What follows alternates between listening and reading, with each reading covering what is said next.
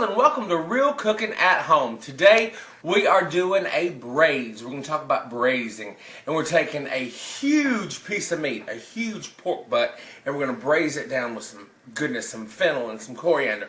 Now, what I did to get started, first off, I took 2 tablespoons of coriander seed and 2 tablespoons of cumin seed, and I put them in a dry pan, just like this one, and I toasted them in the pan over about medium-high heat. I just kept them moving until they were good and toasted, and you can smell all that goodness coming off of them. And then I put them in a grinder, a spice grinder, and this is what I've got. I've got the cumin and the coriander, and that's what we're going to use to season our pork with. Now, come on over here and let's show you this pork butt. This is about a 7-pound pork butt that I got on sale at Kroger, and I cut it in half. And I cut it in half, and then I tied it together so it's all compact. So when we cook it, it'll just seize up like this, and then it'll just kind of let go and fall apart. But it won't fall apart in the braising liquid that we've got going on. So what I'm going to do now is I'm going to take this coriander and this cumin, and I'm going to just season up the outside of it. Then we're going to put it right over here in our Dutch oven, and I'm going to sear off all sides, one piece at a time. All right, now my pan's heating up. What I'm going to do is I'm going to take my coriander. What I'm going to do first is take my salt. I'm going to take my salt and season him up real good on all sides, just like that. Now I'm going to take my coriander and my cumin. Give that a sprinky dink on that side. Sprinky dink on this side. And rub.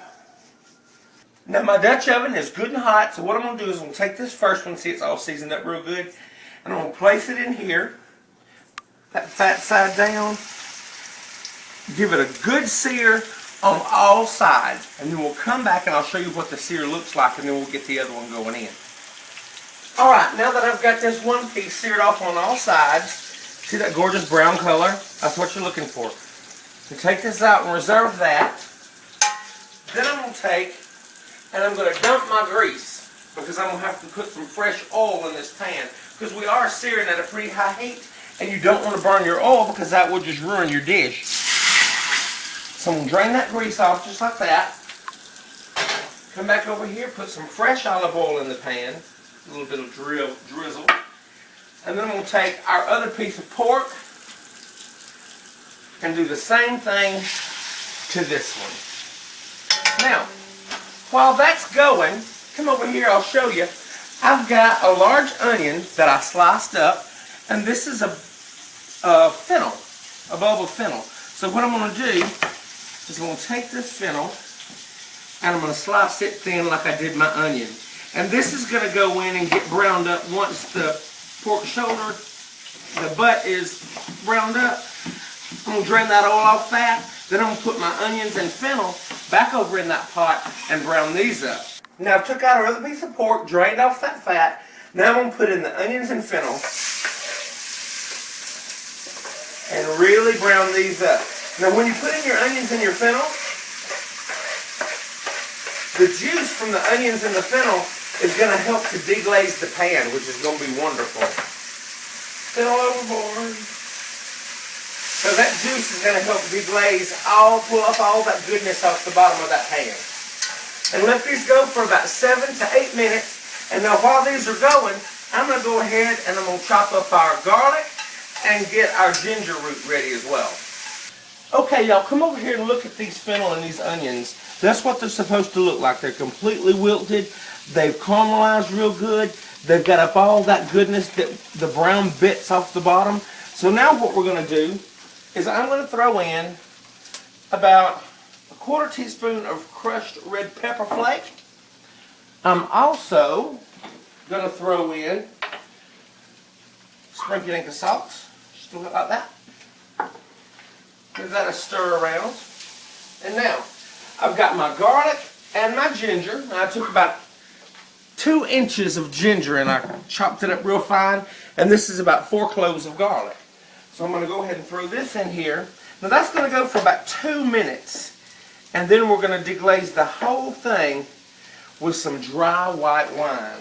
Okay, now what you didn't see me do is I took the rest of our spice blend that we were putting on the pork, and I went ahead and put it in there with the salt and the red pepper flake.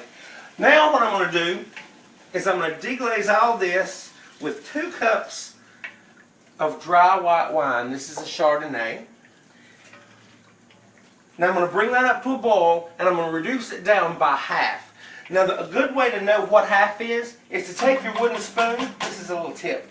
Take your spoon, put it into the bottom, and look at it.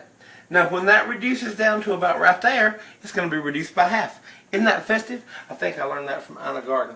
But come on back, and then we're going to add our chicken stock, and we're going to put in our Dijon mustard and our bay leaves and our thyme bundle that Wayne just went out and picked. So come on back. Okay, we are on the home stretch of our braised big pork butt that we're doing tonight for supper. So what we've done, we've got the wine in here. It is reduced by half. So what I'm going to do at the moment, I'm going to take some Grey Poupon or any kind of Dijon mustard you have, and I'm going to go ahead and I'm going to eyeball 1/4 cup. Just about like that. To eyeball that, I'm going to throw in some bay leaves. These are small bay leaves, so I'm using about 4 of them. Melt that into there. Going to throw in our thyme bundle. This is fresh thyme from the garden. Just a bundle of thyme. Throw that in. Mixed up real good. Smells good. Now, it's time to add back in our big meat, pork, right here. Put that in there. Now this is going to make a full pot too. Now, that goes down like that. Nestle him down in. Now, this is some chicken stock that I made last night. Homemade chicken stock. I'm going to add the chicken stock until it just comes about halfway up the pork. Right about there. Now, got that going on. So what I want to do, if I find my spoon, is I'm going to give it everything a little mix here. So mix it around. Everything incorporated. And now I want to give it a little bitty taste.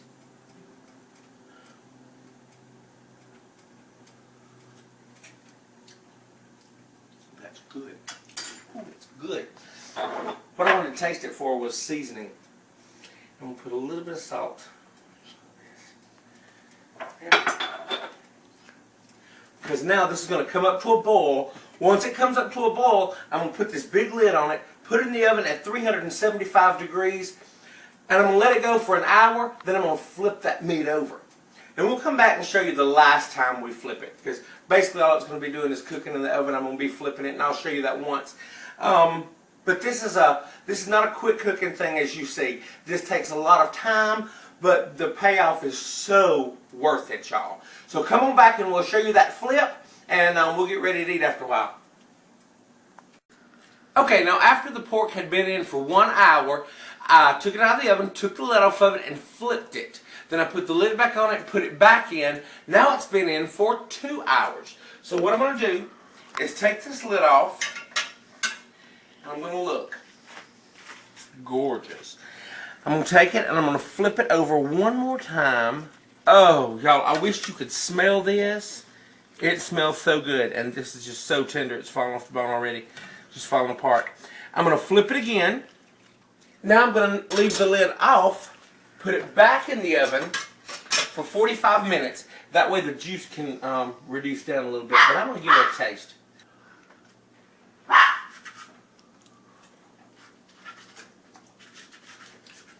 Oh, it's so good. Alright, let that reduce down. Now when this comes out, there's going to be a layer of fat over it. Once it cools down, the juice cools down a little bit, just skim off that excess fat because you don't want it too greasy. So we're going to put this back in the oven for 45 minutes. And Wayne and I are going to go out right now and ride the bike. Yay! Okay, our pork has come out. I'm going to tint it with some foil because it just come out of the oven. So give that a tint. It smells so good, y'all. Our pork is done. I've reduced the sauce skimmed off that fat. I'm going to pour some of that sauce right over the pork, just like that. And it's time to taste. Now, we hadn't made anything to go with the side of this or anything, but mashed potatoes or rice or beans of some kind would be delicious. So, got some fennel and some onion in there. It's time. I can't wait. It's going to be hot.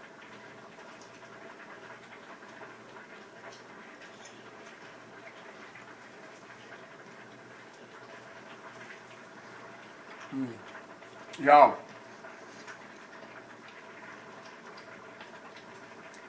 the pork is so tender. You can get the coriander, the wine gives it a little acidity, the cumin is smoky. Oh y'all, this is so good. So, I'm going to continue picking on this, but until next time, get in the kitchen and cook. Bye-bye.